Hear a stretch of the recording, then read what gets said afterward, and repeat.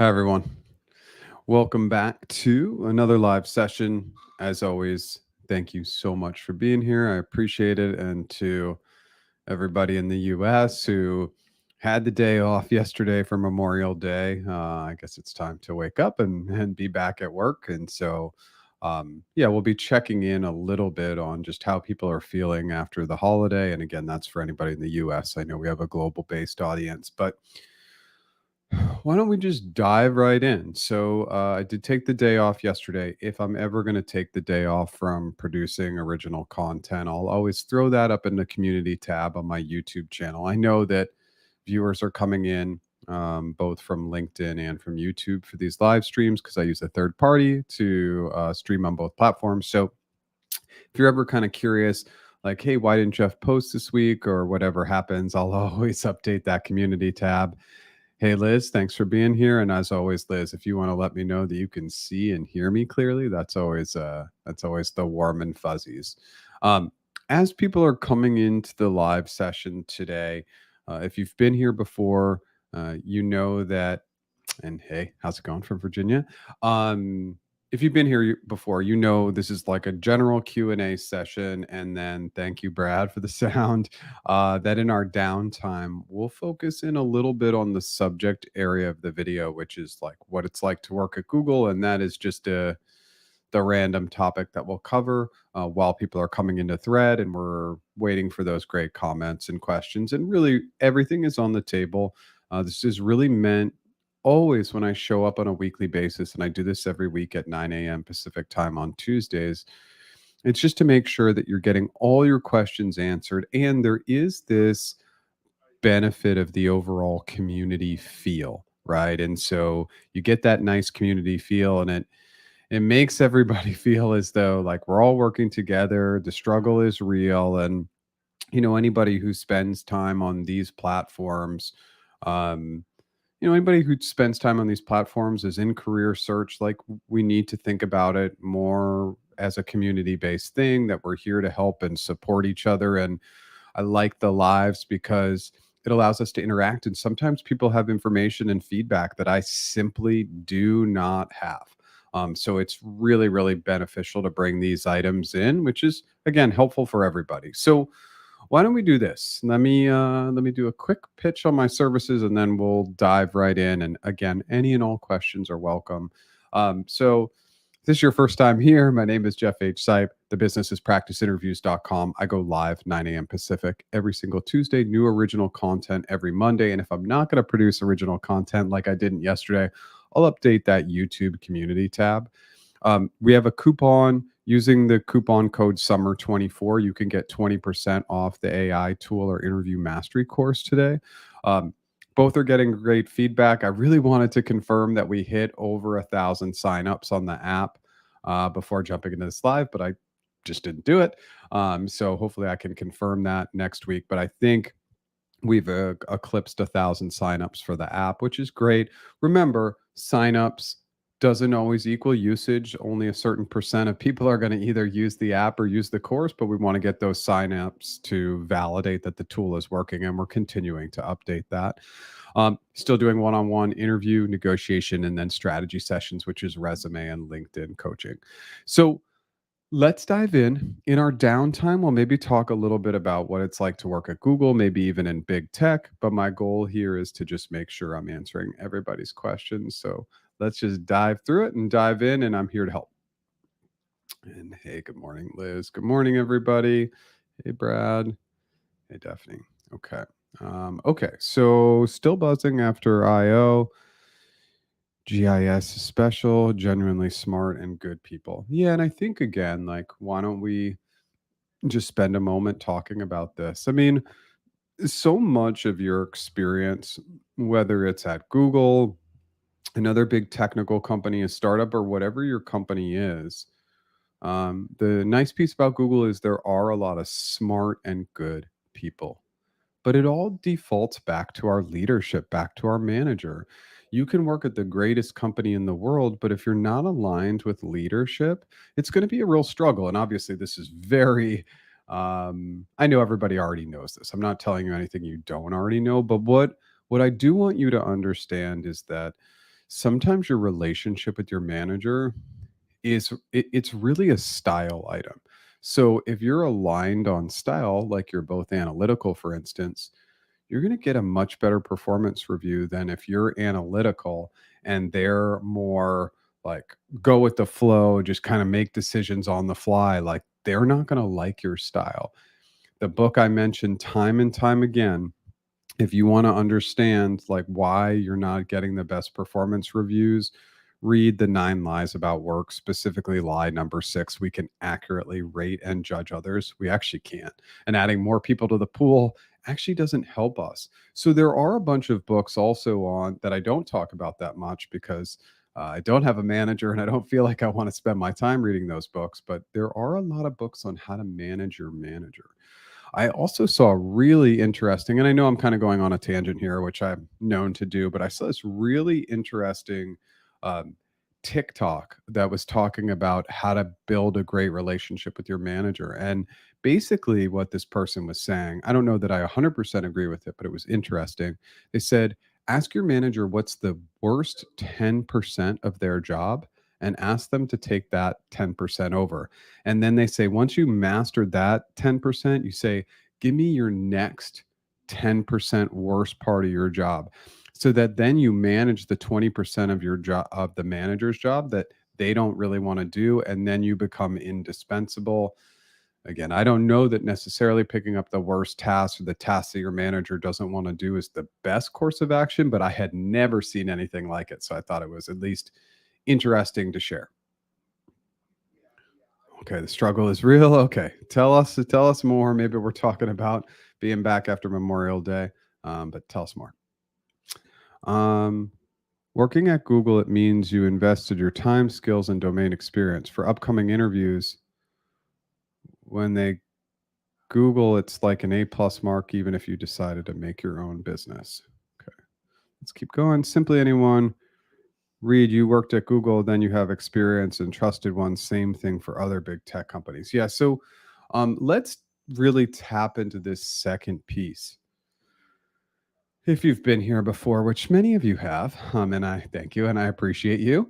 Um, one of the big things is, yeah, you become this trusted person when you work at one of these companies. And do you really deserve that? Maybe, maybe not. But because that's the perception within the market, there is an extreme value to having these big brands. And the big brand doesn't have to be Google. It could be Google, could be like an elite consulting firm like McKinsey. It could be like working for a prestigious bank. I'm not going to throw a bank name out there because I can't think of a prestigious one, but just when you get these big brands, it helps. Like people have this trust. Ooh, they can work in a tough environment. Like that company only hires the best people. And is it true?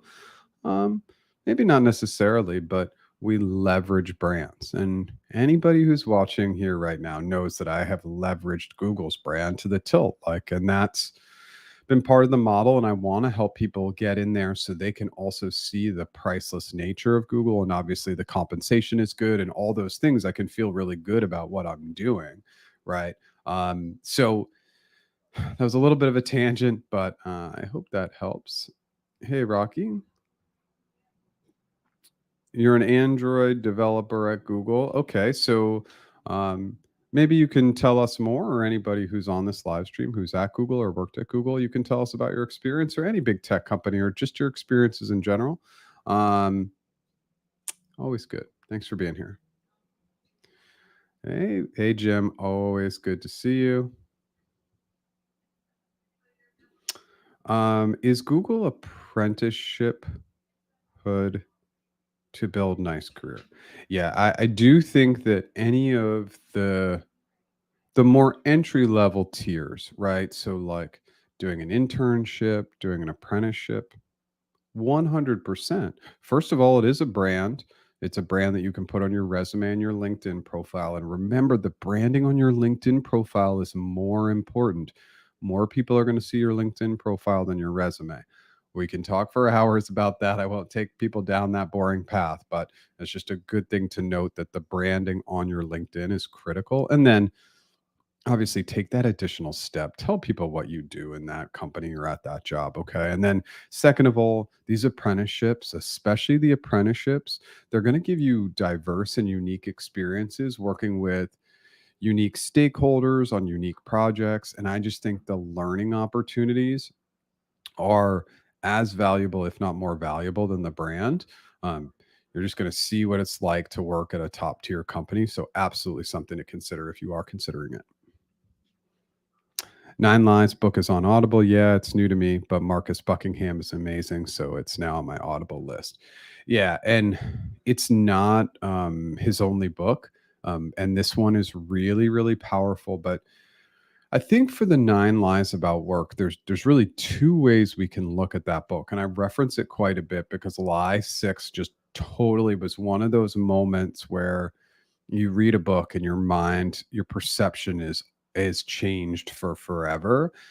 But it's just a good book to read to understand more about the inner workings of companies, get a little bit more awareness and knowledge of how things work in your company setting. And then, hey, maybe that's the push. Maybe you've been thinking about being an entrepreneur, and this is the final push. By reading that book, you decide you really want to do it because you realize so much in a corporate setting is outside of your control. And look, I'm going to sell the entrepreneur path always. Is it the easiest path? It's definitely not. And it will take and require a lot more upfront work and hopefully all that upfront work. And we're maybe talking about 1 year or 2 years or 5 years or 10 years. But if it's five or 10, maybe that five or 10 set you up for an early retirement, financial freedom, more happiness. And at the end of the day, I mean, I always tell people the same thing. Being an entrepreneur, there's only one thing that I focus in on, and that's I like being my own boss because I can control me and I have tons of bad days where I don't accomplish as much as I want. I'm really tough on myself, but it's all me. And not everybody likes that, but I do. I graduated in 2022 and now I'm looking for a job at Google. I've got internship experiences. Do they take me as a fresher? Um, Absolutely, they would look at you for entry level roles, Rocky. And let's just go back and you're looking at an Android developer role. I would just say on the dev side of things, we're seeing a lean in the market towards more experienced developers. And I think that this is going to continue to be more and more of a challenge for people with CS degrees, with freshers with CS degrees coming out because again, we know that there's some automation going on at the lower levels. It's not to discount all the knowledge that you have, it's just something to have awareness around. But absolutely, if you can find a more entry level role that's going to say something like minimum of 2 years of experience, I would still go after those types of roles with your education and your internship experience. Like for anybody who's here who's considering maybe an entry level role, if it says 2 years minimum of experience, it's like 0 to 2, right? So definitely don't get away from those roles. But if it's like 5 or 8 or 10 years, it's simply not going to be enough. But does Google hire freshers? Do companies hire freshers? Absolutely. For anybody in the US, a fresher is just a college graduate.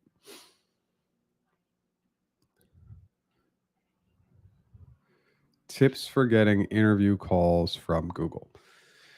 Yeah, I mean, there's really one major one, and it's the most challenging one, which is getting referred in.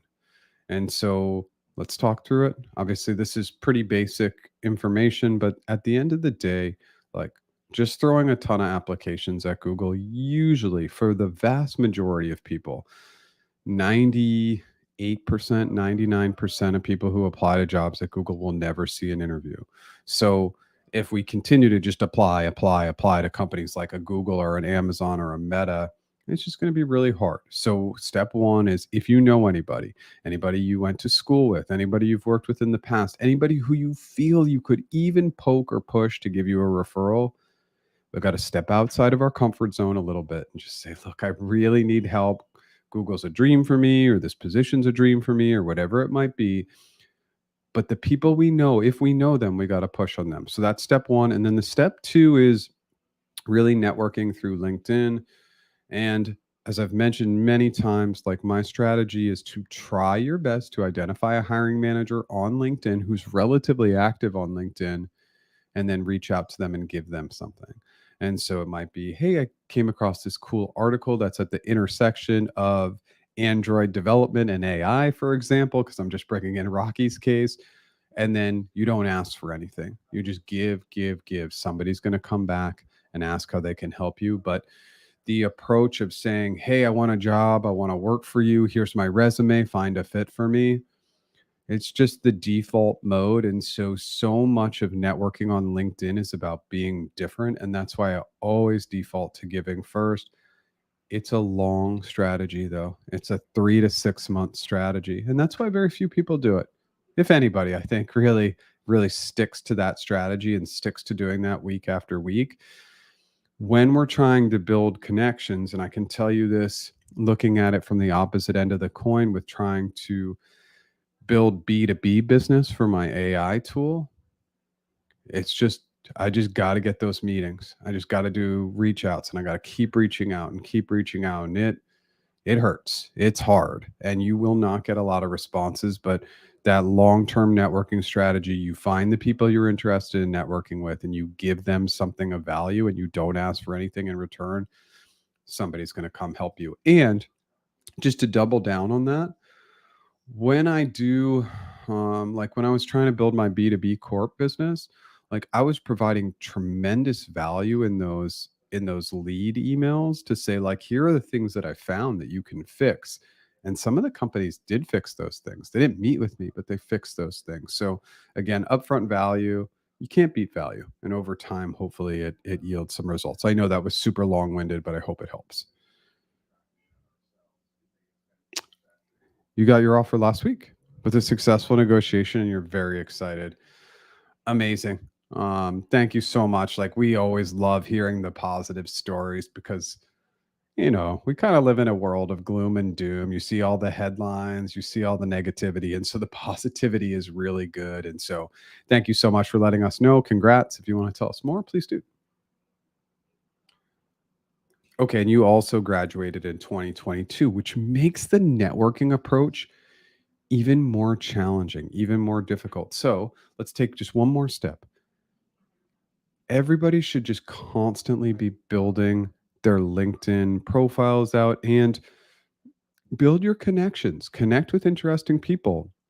If you're trying to connect and you don't have as big of a brand, then of course, always add a note when you're reaching out to people, especially second connections. It's just really, really valuable.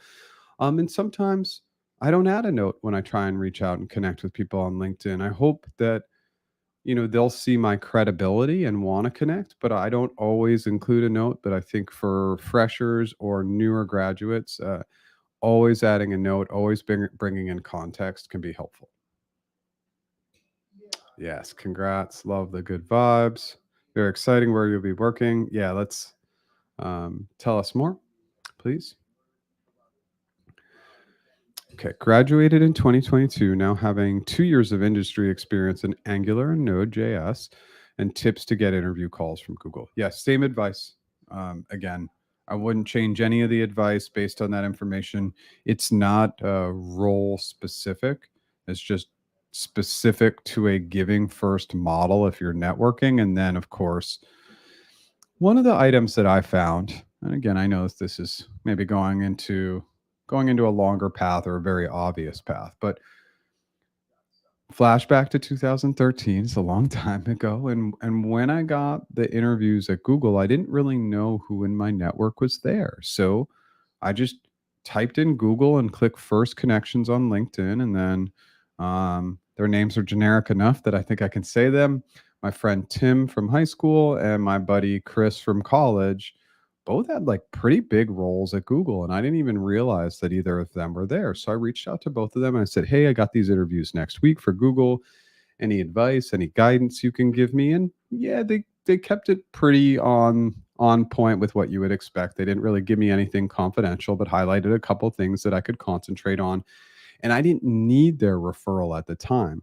But the point is that I didn't even know they worked there. So sometimes And I understand you have a couple years of experience, but for people also who have 5 or 10 or 15 years of experience, sometimes we just lack the awareness that we have friends or former colleagues or family members who are maybe like second cousins or whatever who end up at these companies and we don't know. So it's just always good to do a touch base or like a checkpoint of, hey, like every 3 to 6 months, if we have an ideal company or a couple of ideal companies, let's just check our first connections to see if they're working there or not. And so again, the LinkedIn search would just be like you put Google in there, you put people, you click first connections, and then you say current company Google, and then you'll be like, oh my goodness, I didn't realize that Sue, Jane, and Bob, obviously, those are my three common fake people.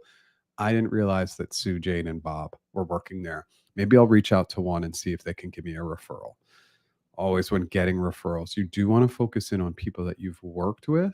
That will usually yield the best results. Thank you. Interview was last November, moving to Berlin. Berlin's such a great city. That's cool. It's the most stressful time to negotiate, and I didn't think it would happen if I was actually worth it, but it paid off.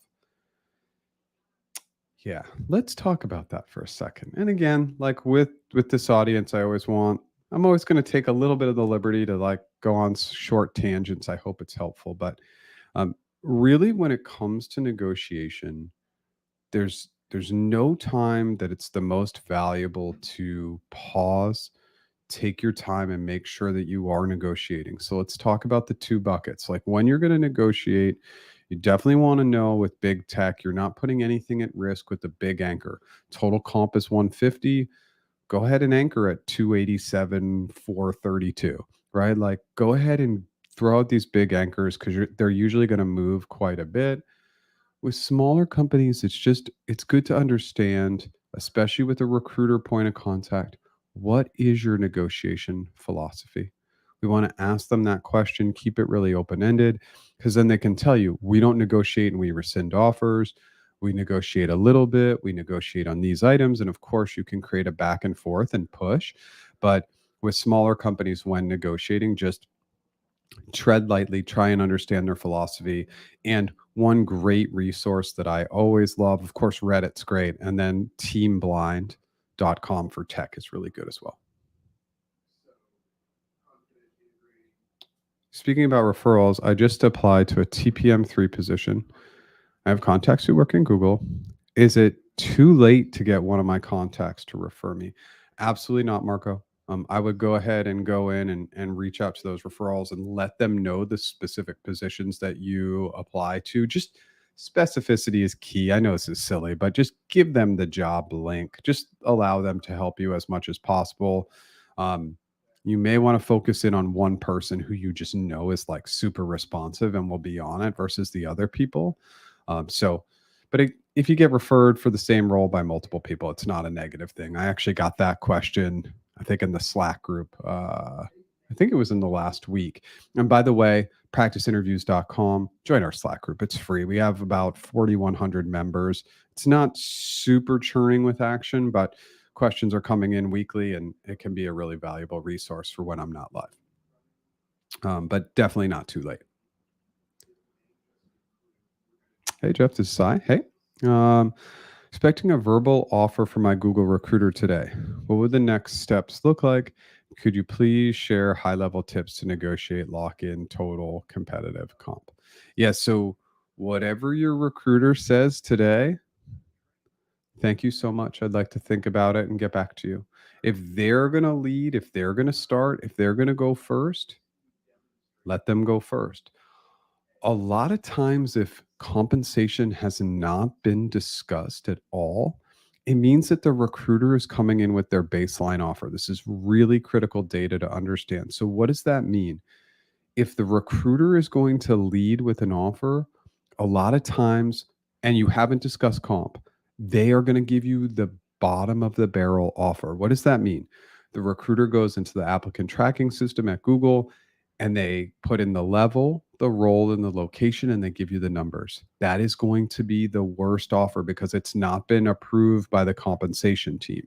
It just means this is what's approved at the baseline level. So, why is that important to know? whatever these numbers that come through today, you can negotiate.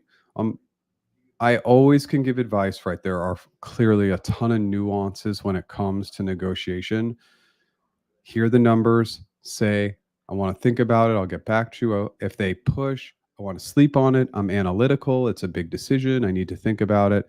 And then when you do come back, push on the items you can push on. Try to increase the base. Definitely try and increase the equity by a lot. And then if you can add in a sign on as well. So those are my high level tips. Of course, again, with the how the negotiation goes and the words and the phrasing, that's a lot more in depth, but just definitely hear the numbers, build in the space, and then whatever you negotiate with, there really isn't too high of an anchor at Google. Just be gracious and kind. So if the total offer is 200K, you can ask for a million. They're not going to give it to you, but you can ask for it, right? I mean, I want you to be reasonable in your ask, but always default to going bigger. I know that many candidates just leave money on the table. You want to hear from Google on multiple occasions. Best and final. We literally can't add anymore. If you don't hear that, it means that you didn't go after it enough. I really hope that's helpful.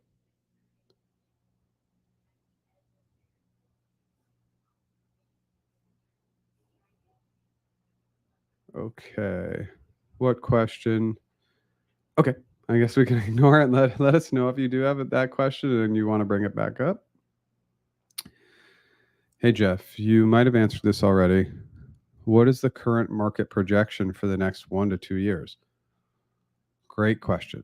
All right. So I'm going to start with the real answer and then we'll get into me actually providing an opinion. The real answer is I don't know. Now, let's just go into again my stated opinion and observations. Um, I think the job market's going to continue to get tougher and tougher. So, um, I kind of am a default. If you don't know the way that Elon Musk is looking at it, and I definitely disagree with a lot of the things he says, but there are a few things that I do agree with.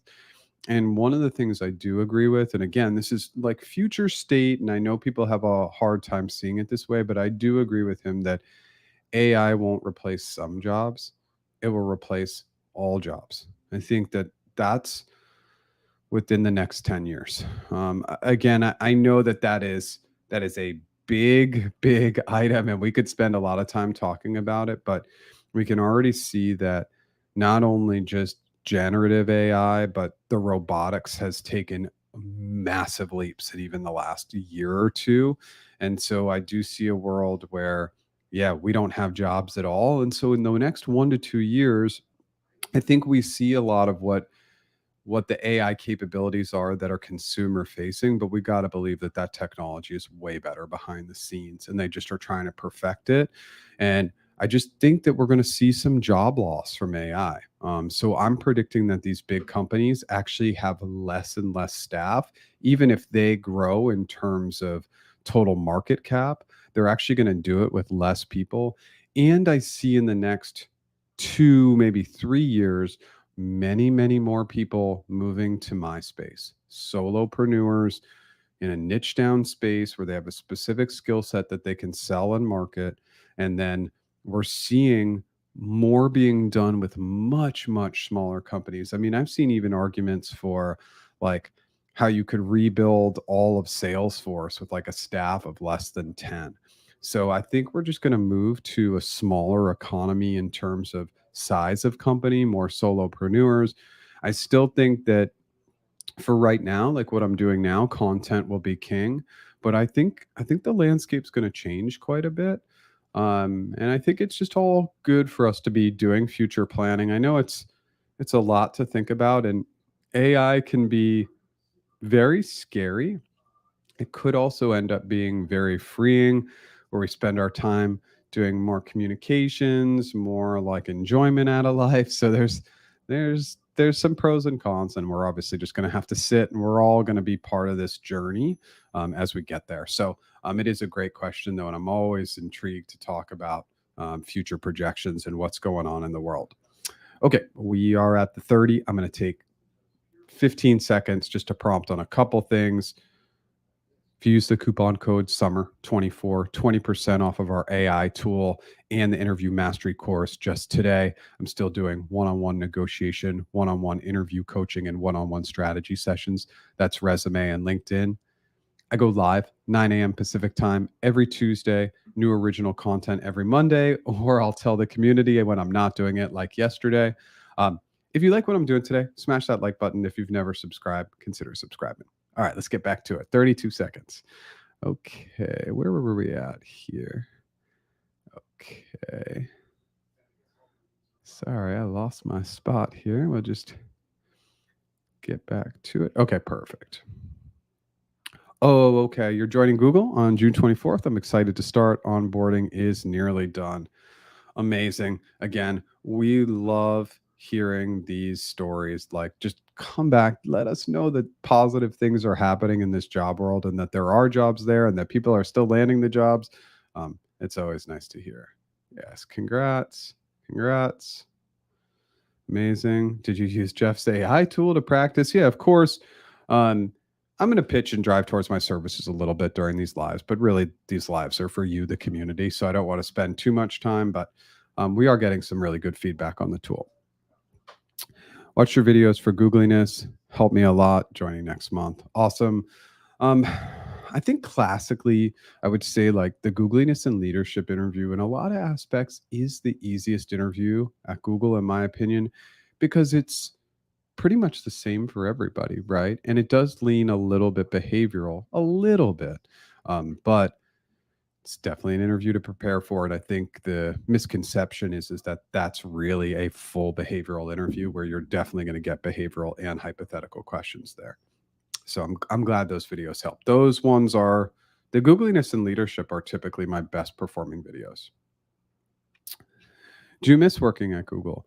So here's the crazy thing. I've now been gone longer than I was there. And that's always very surreal. Actually, my longest tenured job is my current one, running a business, which just absolutely blows my mind. There are a few things that I miss, but they're more like silly things. Like I miss all the amazing people who were almost all smarter than I am. So many smart, nice, friendly people. Um, the recruiting department at Google was incredibly diverse. So that diversity was really unique and fun to be involved in a part of the organization that looked the way our organization did. Um, I definitely miss the perks, right? Like the food and just like being on main campus, especially with all the cafes. The food was awesome. I love the free gyms and having access to that. And I love the opportunity to, getting back to it, to work with really smart people. And so, it's a little tough being a solopreneur and being on your own. And obviously, I get a lot of engagement through my clients, but it feels different. Like when you're all working towards a collective goal at a company, there's something nice about that as well. But overall, I would say I'm happier working for myself. I like being my own boss. Okay. Do you speak German? If so, is this a key factor in getting hired? Yeah, good question. For the future, is Google still the best place to work, or another company will take the best place? It's really an interesting question, and I love this question. I feel like um, there's gonna be something that we don't expect. Now, maybe it's something we do expect, like Anthropic spinning out and like them growing and becoming this crazy AI company that just beats out everybody. There could be some sort of new tech that we haven't seen, a way to utilize AI. Again, I'm thinking AI that just pops. But I think for right now, like when we look at any of these big tech companies, Google included, the value of the brand remains priceless, which again is something that I can pitch and sell, right? And then the compensation is still amazing. I sometimes will see random comments about the comp not being great there. There, as far as I've seen, and I've negotiated quite a few offers in I've probably negotiated Google offers in 25 countries, and it it's as competitive as any company in the world. So I think when we think about money and then the value of a brand, that's why I still see Google as a good company. We can love or hate some of their policies and all that other stuff. And is it the perfect company? No, there is no perfect company. And as they've gotten bigger, there's more red tape and all that stuff. But those two default items of the priceless brand and the comp, and of course the learning opportunities and the perks when you get there, still put that at the still allow them to be a top of the list company. Google recruiters are nice. They always reply, but they always link to their careers link. How to deal with it. Um, don't network with recruiters. I just don't think I'm going to take a pretty strong stance here. If we're networking with recruiters, I wish that I had done like a screenshot video that I could just pop up so you could see what it was like when I was a recruiter at Google, because so much of what comes in is just it's a lot of garbage, meaning people just saying, here's my resume, find me jobs, find me jobs, find me jobs. Can you get me a job at Facebook? Can you get me a job at Amazon? It's like, it was just, there was no effort involved. And even if you identify the right job with the right link, it's just you're trying to get past all the crappy messages. And so what typically happens with recruiters is they shut down and they stop answering anything because there's so much bad stuff coming in, and you're just not going to be able to stop that bad stuff. That's why I say go around recruiters and network directly with hiring managers. We're not always going to know. A lot of times we're not going to know if they're hiring. They may not be saying it. We're just looking to identify, are they in a leadership position and do they actually use LinkedIn? Because that's another thing. If you're trying to go after one of these big tech companies, a lot of those people who are tenured and have been there a while and they're happy, they're not using LinkedIn at all. They're not going to see it. Now, here's one other sneaky trick. Okay. You have to be willing to pay for it. Well, actually, I don't think you have to pay. It's a company called Contact Out. Again, that's Contact Out. And they give you up to 4 free emails that you can review a day. So you get this little plug-in, you click on the thing and it will show you their email and phone number so you can directly email people. Now, they may give that to me because I've paid for it in the past. I can't say for sure, but if you haven't checked it out, it's a good way to get access to people's emails and phone numbers if you want to do some cold reach outs. Hey, Ann, thanks for the great content. What can you do if you get an offer that requires relocation, but you can't due to personal reasons? What's the best approach? Okay. So, um, I actually I want to take a quick step back, and I actually think that we kind of knowingly want to set ourselves to even up for these scenarios where like maybe we go after and apply and interview for a job that's maybe not in our ideal location, but we know we're such a great fit that maybe we can convince them. And so that's what you want to be having the conversation about. You want to say, like, I am excited about this offer. And unfortunately, due to personal reasons, I can no longer relocate. So I want to see if we can work to come up with a creative solution where I may still be able to join. And that could be maybe you somehow figure out a solution where you're in the office a couple days a week or 1 week a month, or you work fully remote and you come for the team offsites, or you're willing to spend your own money to go into the office once a quarter, whatever it might be. You just have to ask. Ultimately, like, some companies are just going to be super rigid and they're just straight up not going to do it for you. But I wouldn't decline based on that reason. I would say I want to see if we can get creative. And so it's really about working with your recruiter and or the hiring manager if they're your point of contact. Remember, typically companies don't want to lose their preferred person. So in not wanting to lose their preferred person, it's really critical that we just try to get as creative as possible. And then maybe you utilize some internal contacts or you utilize some online information to just find out more. Ultimately, if they're not willing to do it, yeah, it's not going to work. But if you can get creative, there's probably some options for you. I hope that helps. Jim, thanks for joining as a SWE L4. Hey, Jim. Okay. Oh, Jim. I was like, I'm not Jim. Thanks. I'm joining as a SWE E3. Oh, SWE 3 level 4. Jeff came across a little late, so only watched him for googliness. Yeah, and of course, for a SWE, that's where you need me. I'm not technical. Now, of course, I think that there are some pivots. Like, I was having this conversation with somebody on Slack today. Like, I think that you can use CFAS for like system design because we get this big system design question, whether it's just system design or large scale system design, we can still clarify. We can still present our framework, which is maybe the components of our design. We can still make some assumptions and solve. So I love CFAS still for system design. But yeah, I'm not technical. So hopefully for any technical people, the googliness and leadership ones are the ones that hit. And maybe again, I'm just putting it together now, but I do actually have quite a few. I can see on LinkedIn that software engineers are actually the ones that engage with my content the most. But, from a coaching perspective, I get more like director level, senior manager, senior director level. So maybe that's why the googliness ones are hitting. But congrats, obviously.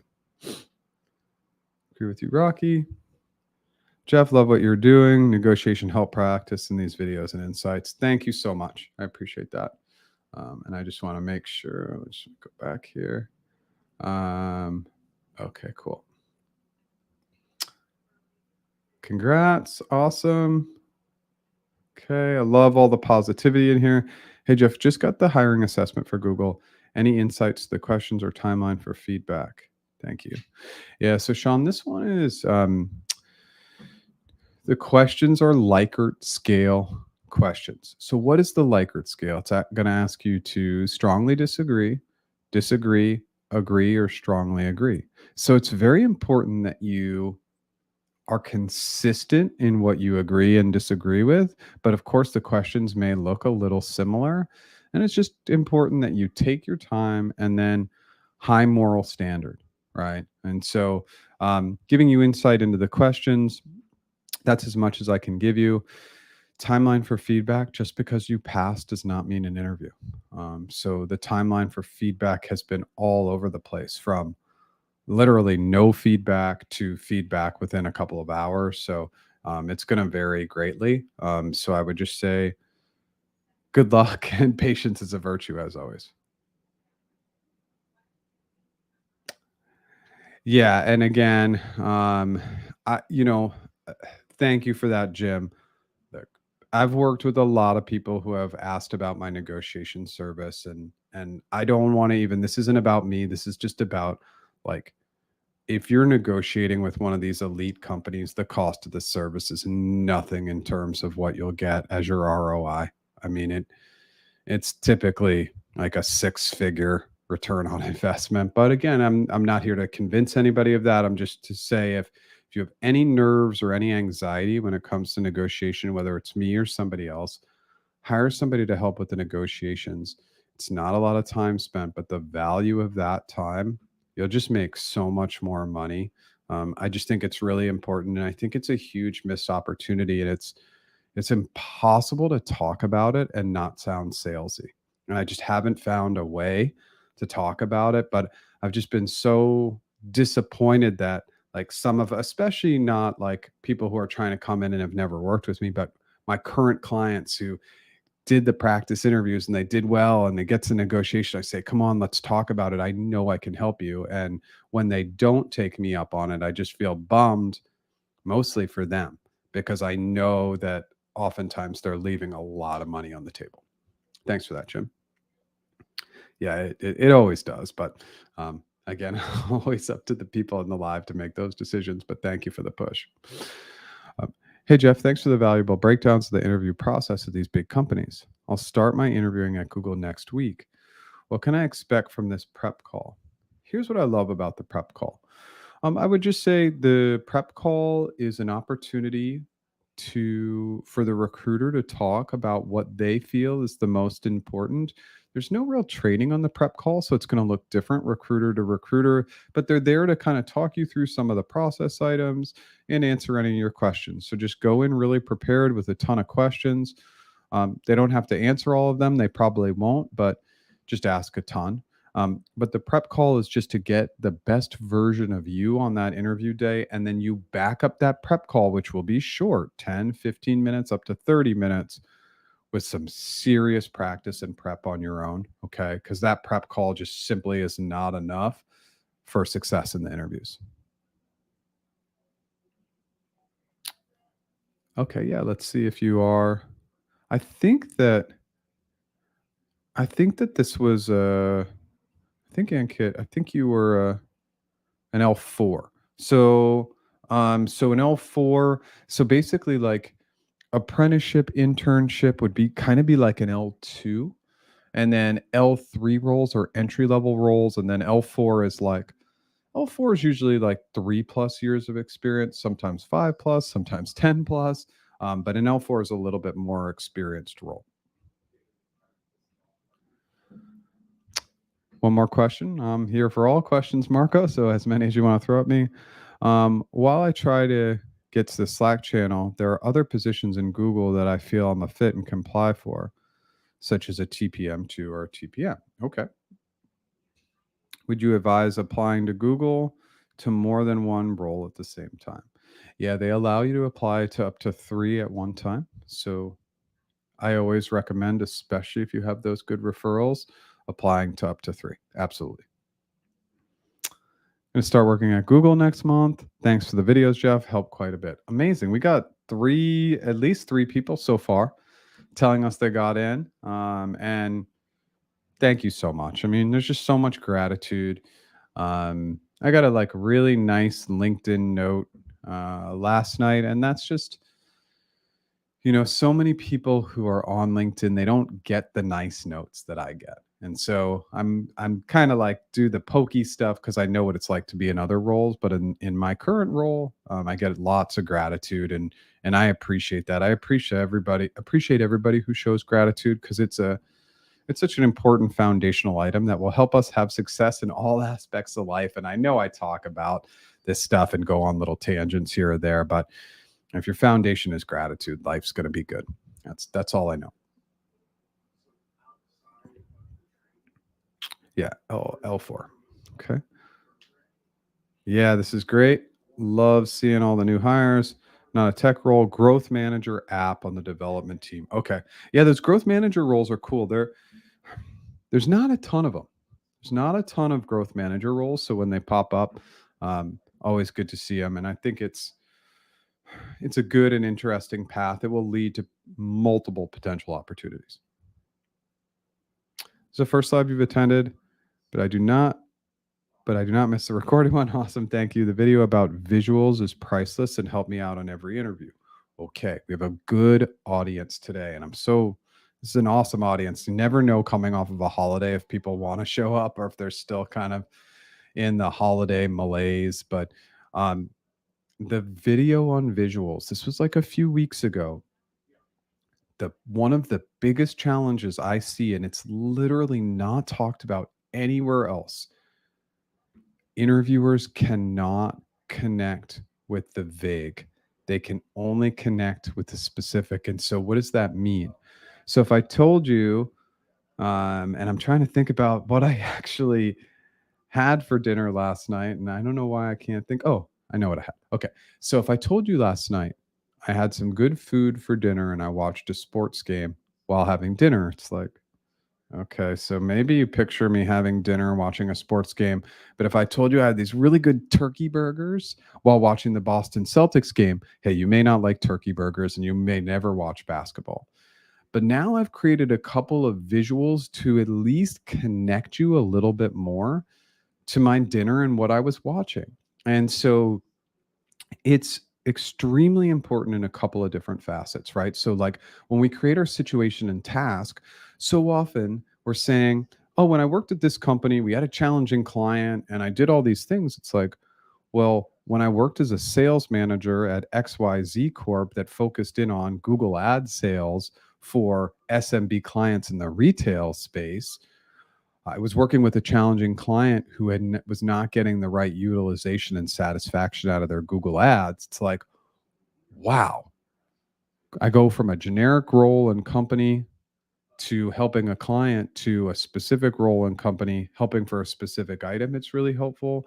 Then, if we flash to the hypothetical side, if you're solving for dinner and sports as opposed to turkey burgers and the Boston Celtics, if we're not bringing in specific assumptions that create a visual, like we're solving for a retail client that's struggling with their Google ads, maybe it's a large flip flop retail company or whatever it is, then the interviewer can see you solving for a specific use case.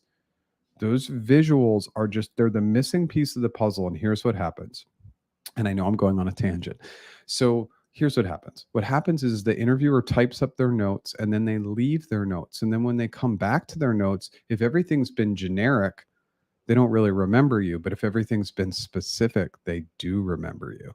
And so it's just a great point. Like if you're not adding visuals throughout all your answers, you'll really struggle to connect with your interviewers.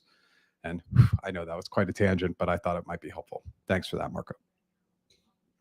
I went to visit the office in LA and it was amazing. They even had dogs. Yeah.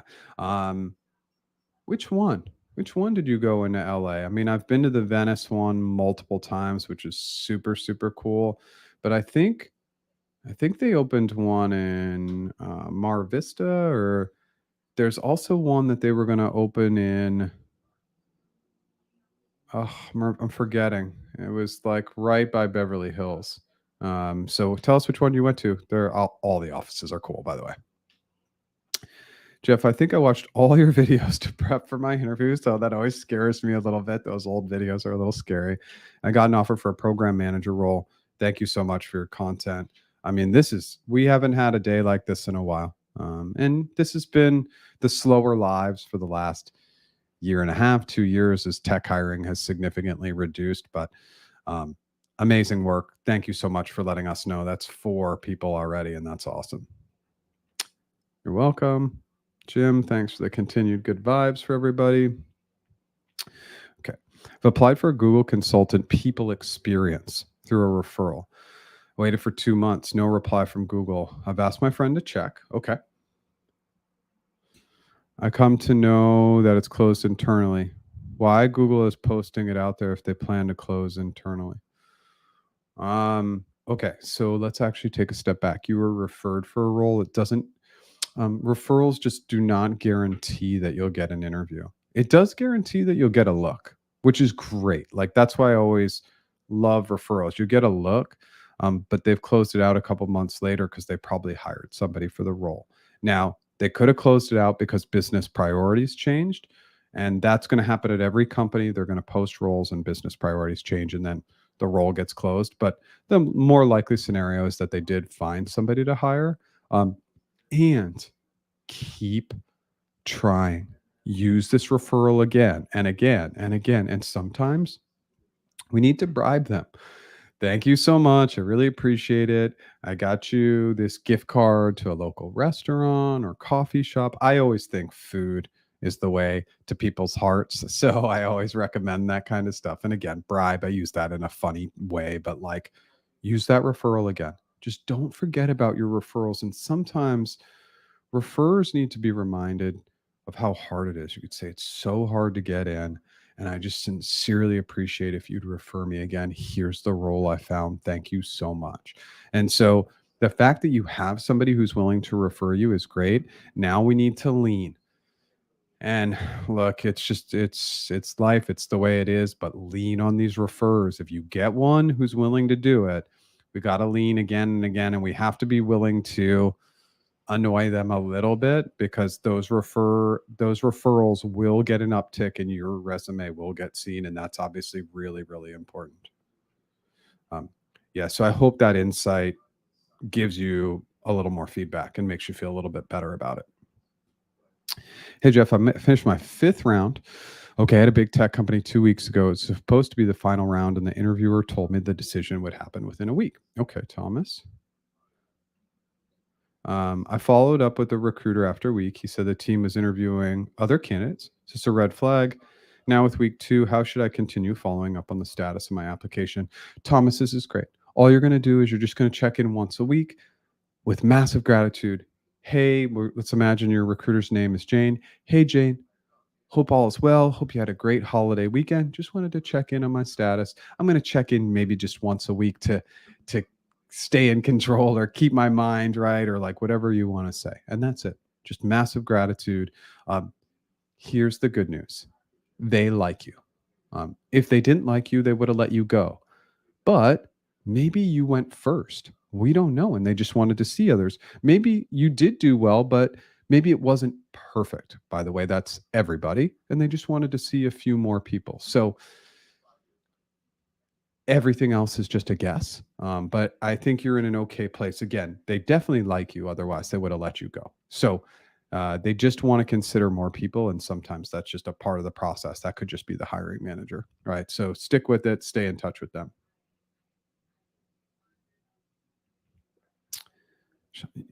You get 4 days. It only takes 15 to 20 minutes. My advice is to be yourself and don't overthink it. Also, reserve extremes for those questions you truly feel strong about. Hey, Jeff, what do you think of? Okay. So, this is just in reference to the GHA, which is the Google hiring assessment. And I agree with Jim, Sean. Like, I think so many people are overthinking it. And then I even had somebody on YouTube get really upset that I wasn't giving them the questions. And then they thought it was like Google's fault when they didn't pass. And it's just, it's like, it's pretty straightforward. Hey, if you don't pass, they'll give you a chance in 6 months. But if I'm guessing, the vast majority of people are passing, if I'm guessing.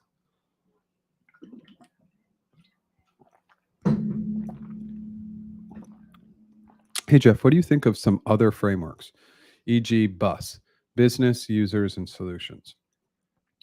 Yeah. I love any framework that's going to give us at least three focus areas. I think that's a great outline to start with, a minimum of three. I don't think two is enough. And if it's 15 or 20 items, it's just too much. I like in the kind of 3 to 7 or 8 range, maybe up to 10 items is okay. It's just really important to say, let's remove the framework word in interviews. I just think sometimes, most of the time, no, but occasionally, like you say framework, and people are like, oh, this person prepared too much, which anybody who gets mad at you for preparing, it's totally ridiculous, but there are those people. So instead of introducing it as if I'm going to use the bus framework, you could say, a few concepts we should focus in on before solving are we definitely want to think about the overall business goals. We want to really get fixated on our users and then come up with the ideal solutions. Let's make a few assumptions. And so I just think it's really important. There's something about using the word framework, and sometimes that could be somebody who's coming from a consulting firm and they don't want you to use a pre-planned framework, but I love them from an organizational perspective. But yeah, I pretty much a fan of just using a framework in general. Okay, and again, I hope that the points I made make sense. Thanks, Jeff. The offer is a Google. Really don't want to miss this opportunity. Okay, awesome, man. I'm not sure I remember the context of your earlier question. I'm just scrolling through. Oh, it is Google. Okay. Yeah. And so what's going to happen there is it's going to be um, it's going to be really hiring manager specific. You're going to see all this like RTO, return to office.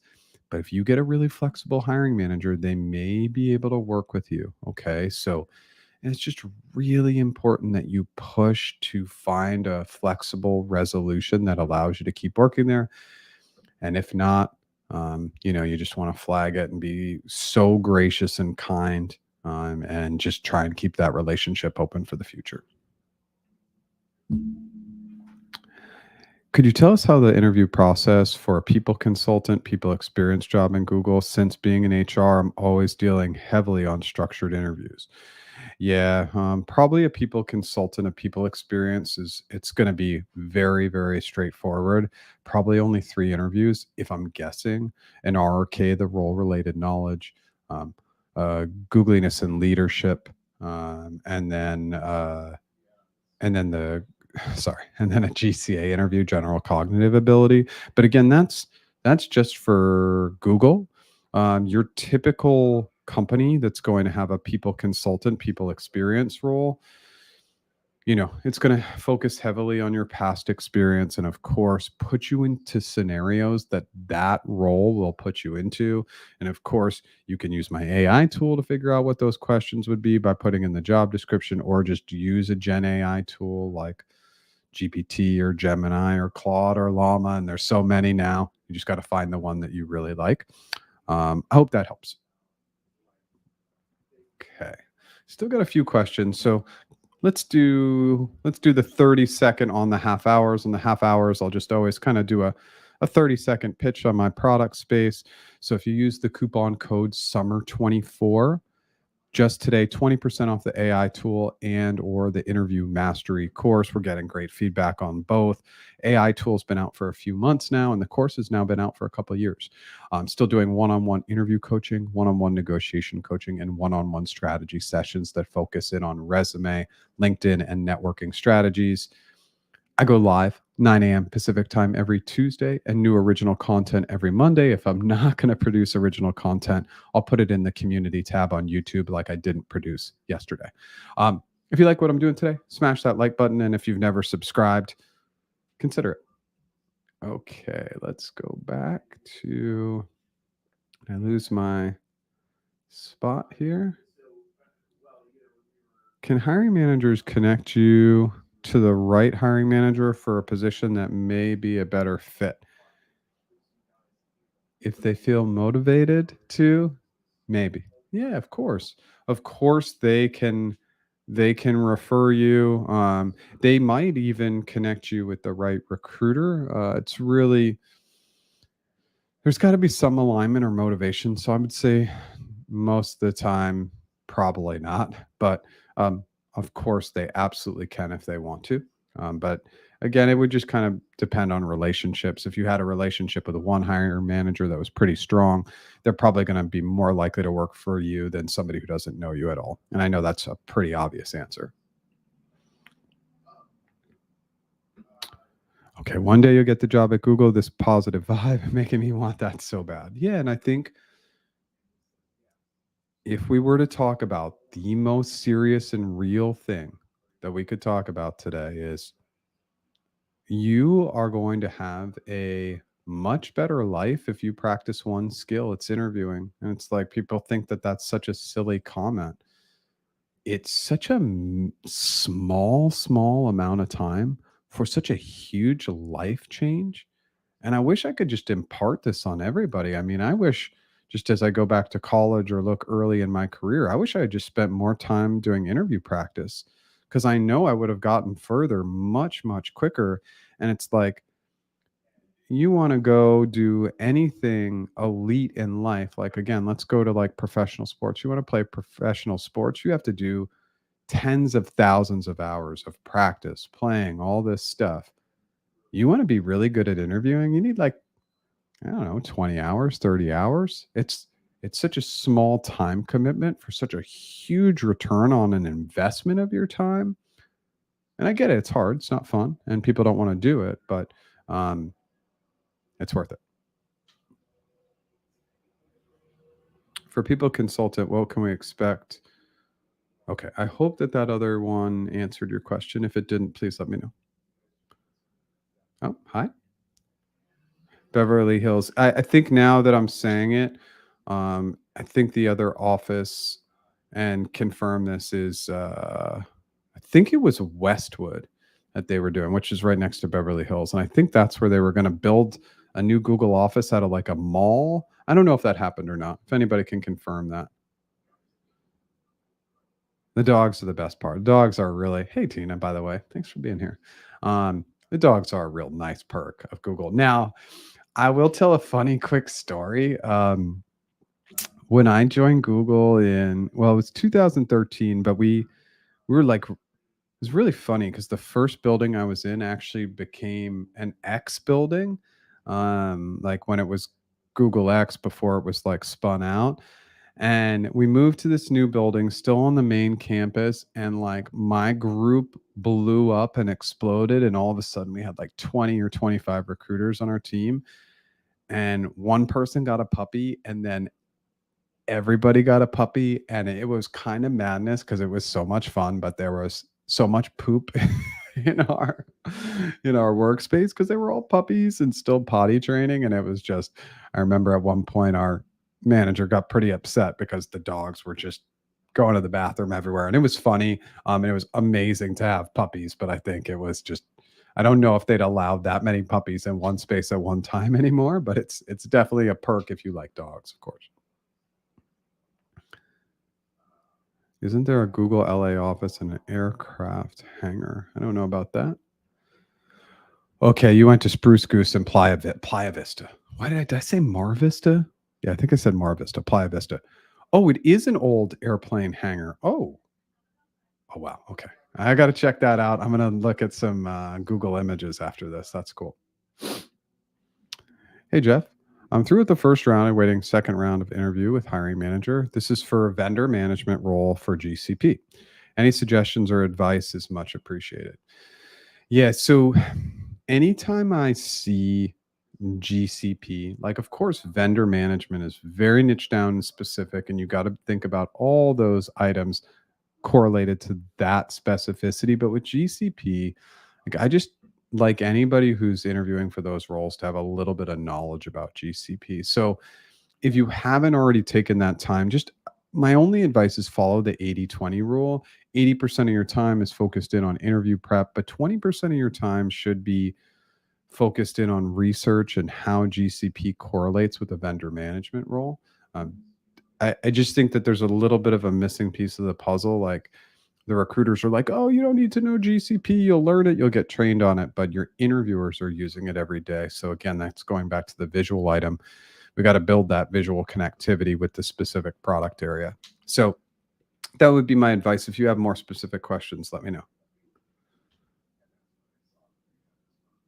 I would add clarify in front of bus. So it's 4 items. So C bus, I could see working assumptions in here also. So again, yeah, Jim, and just for clarity, we always clarify first, right? So clarification um, comes in the form of clarification questions. If you want to add clarification as a framework item, I think it's important. I think clarification would follow more as like C bus. I would put it more as communication. So communication, business goals, users, and solutions. I don't love solutions as a framework concept that much. It may be like shared vision is better because solutions, it's just like, yeah, we always want to be solutioning. But again, if anybody wants to use a specific framework, I'm not against it. I just love frameworks.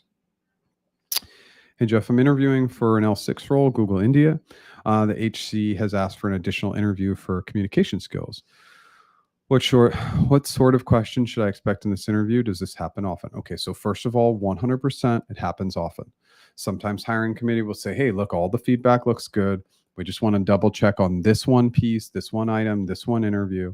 So for anything with communications, you want to think about what's your overall communication style, philosophy, approach, how we communicate with other critical stakeholders, how we communicate when there's something tough, like a mistake has been made, there's been a failure, we have a really tough client, and then how have we used communication to foster better results, specifically communication through collaboration.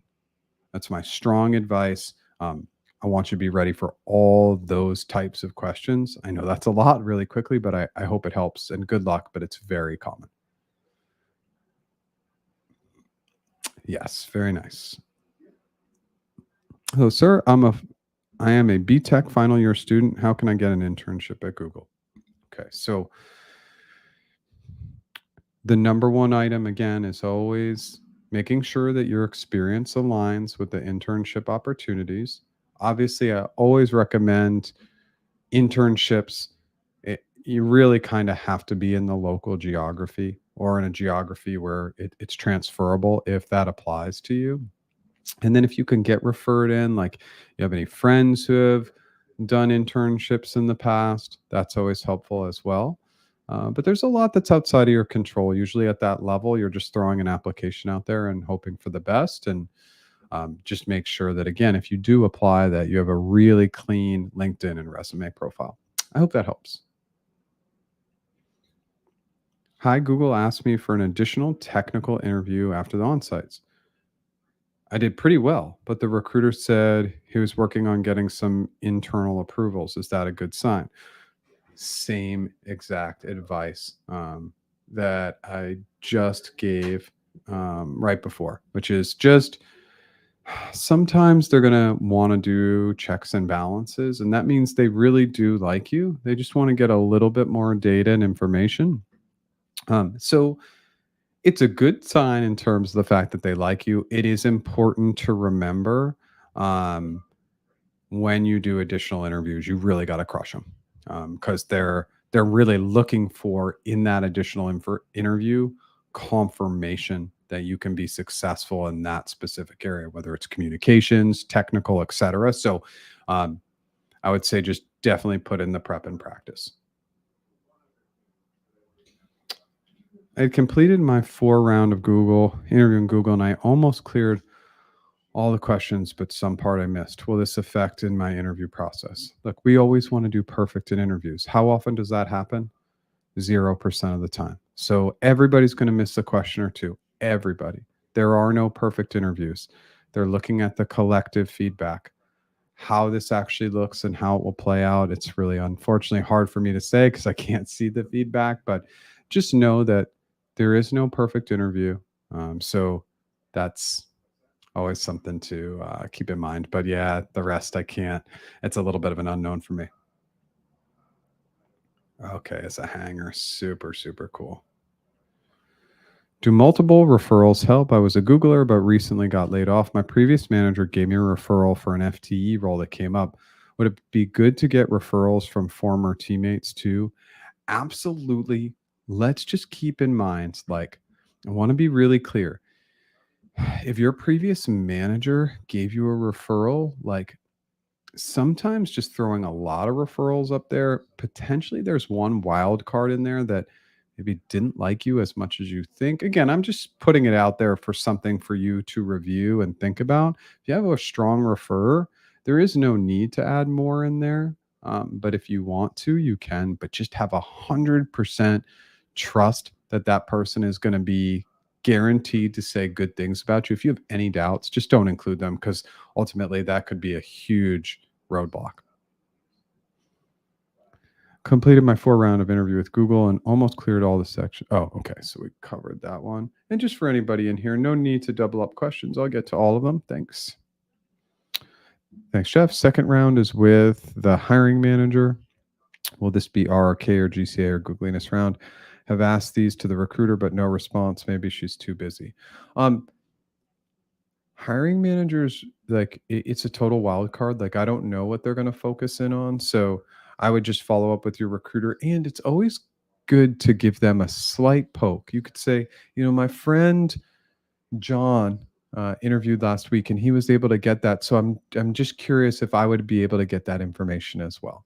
Because sometimes recruiters will say, oh, I can't give you that information, but there's no confidentiality there. Like that's just their preference. So when I interviewed people at Google, I did not give them the interviewers' names, but I did give them the focus areas. Like that is not confidential and will not really help you in the process. So I don't know. So continue to try and see if you can get that answer.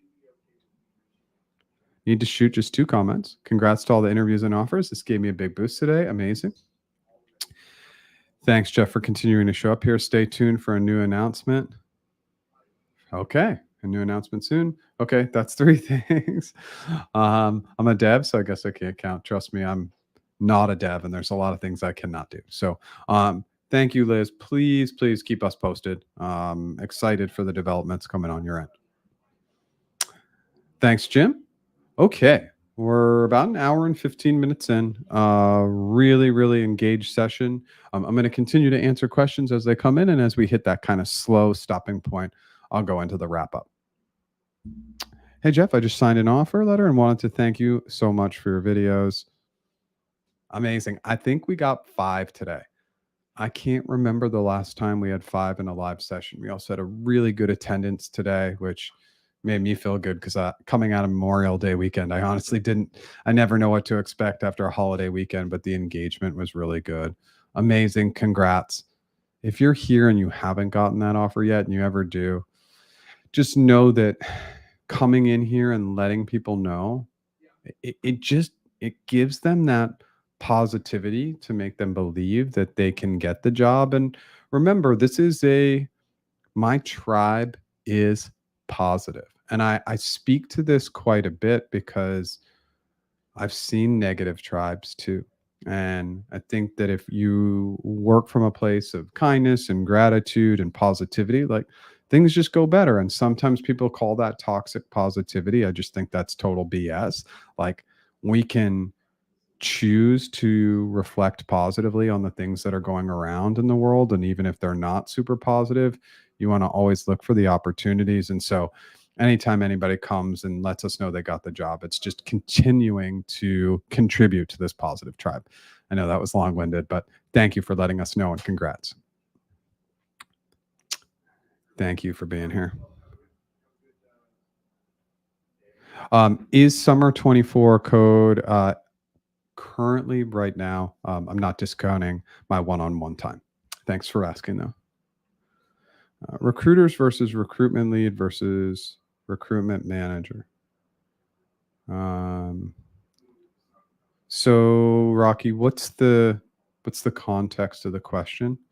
Um, I mean, if you're asking me what the best role is, I don't know. I'd probably want to be more in a leadership or management role, but that's just me. But if you have if you have a follow up to that, let me know, please.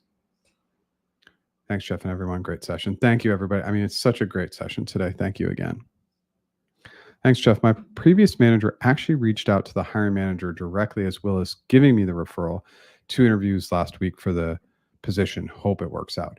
Yeah, um, absolutely. And I would just say, like, let's just not play with fire, right? Like, again, I mean, I'm sure all the things are great, and they may run an internal reference check on you anyway, but let's just let's just keep it nice and cool. And I think you got a good path so far.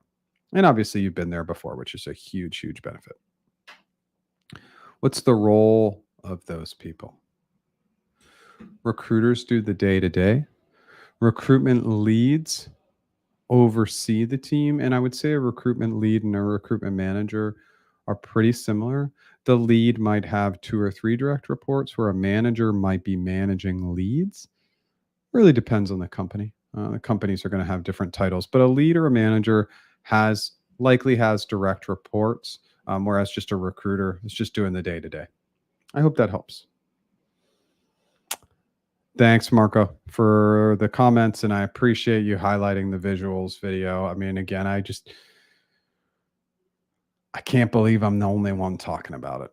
It doesn't really make sense. Like that visual component in your interviews is just it's so critical. It makes you memorable and it makes you more hireable, and interviewers will like you more and they won't know why, and it's because you embedded visuals in your answers. Okay. We've hit the end of questions. Here's what I'm going to do. I'm going to go into my sum up, and then if any additional questions come in, I'll answer them before hopping off. So last time, coupon code SUMMER24, 20% off my AI tool and interview mastery course. I'm still doing one-on-one interview, one-on-one negotiation, and one-on-one strategy sessions, which is resume, LinkedIn, and networking.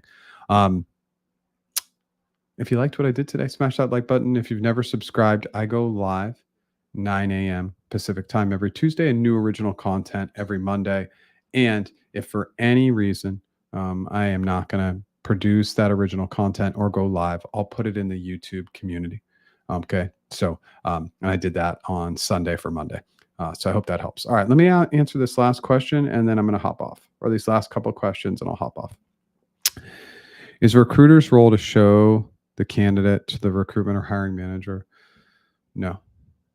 So recruiters are there to take candidates through the whole process. There can be a handoff at these larger companies where you start with a sourcer whose real role is just to find the right people, and then they pass them on to a recruiter, where the recruiter takes you through the end of the process.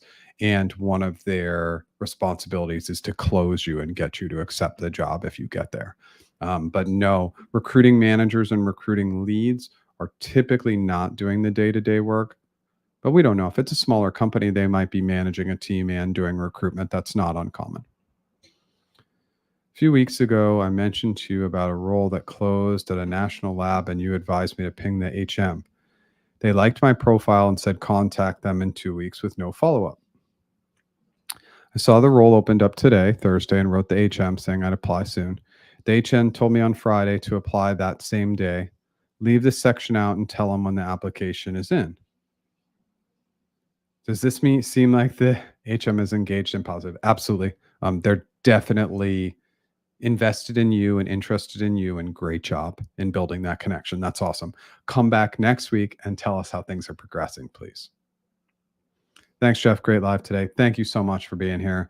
I appreciate everybody. I think we hit a good stopping point. So I'm going to hop off now, and I'll be back next week with both original content and the live next week at 9 a.m. Pacific time. Have a great day, everybody. Take care.